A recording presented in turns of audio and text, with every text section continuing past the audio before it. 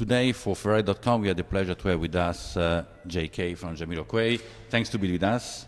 A pleasure, an absolute pleasure.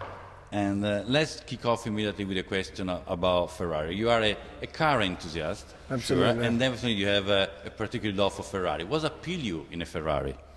Oh, I think it stretches back to my childhood, really.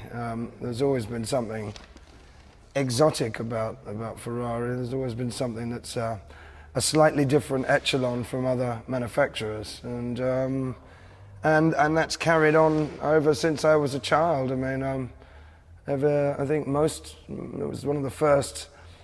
Ferrari always had something that other cars manufacturers didn't have. You know, it was something that was almost unattainable, particularly when I was a kid in the 70s.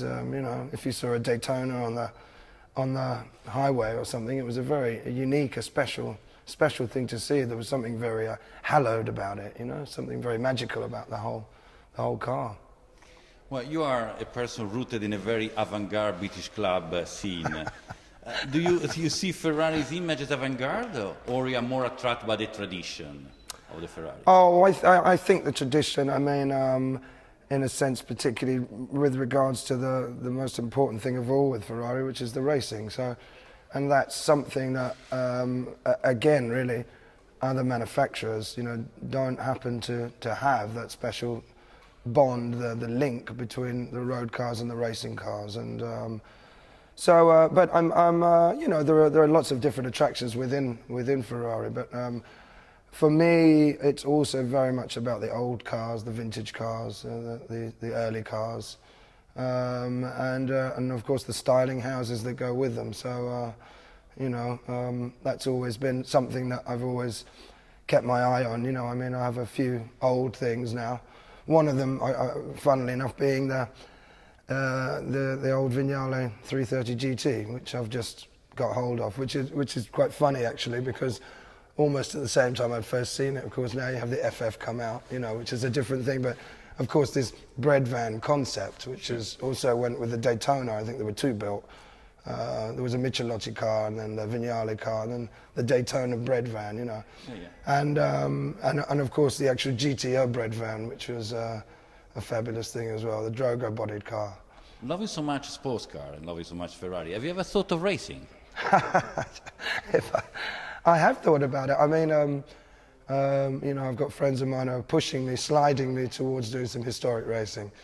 So, which would be a lovely thing to do. I think it's just a question of finding the time to commit to it properly, and you know, be there.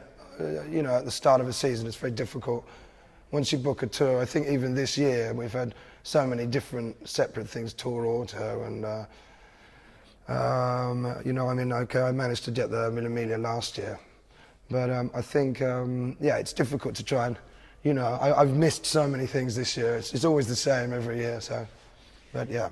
Going back to the Ferraris, our chairman usually like to say that Ferrari is like a beautiful woman. You Absolutely. have to fall in love when you see it, yeah. And when you see it, and then you have to desire it. Do you agree with it?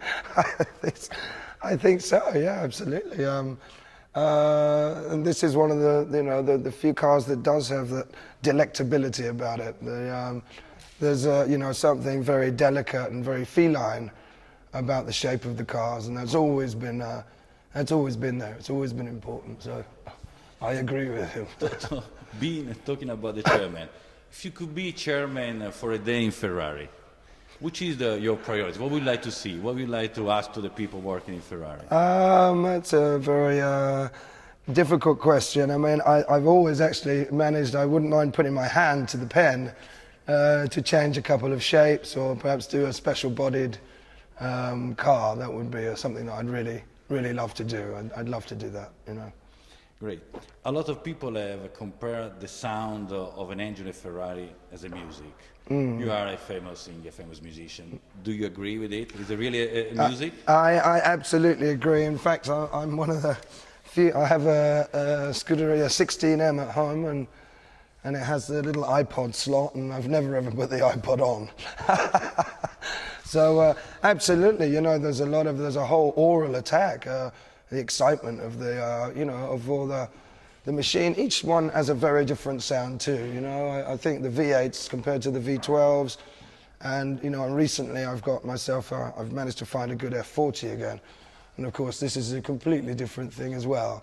I always used to call my car Miss Whiplash, because you get that whick. So, yeah, absolutely. It's a very important part of it, and I think that's what people expect of the brand as well. That's what they need that.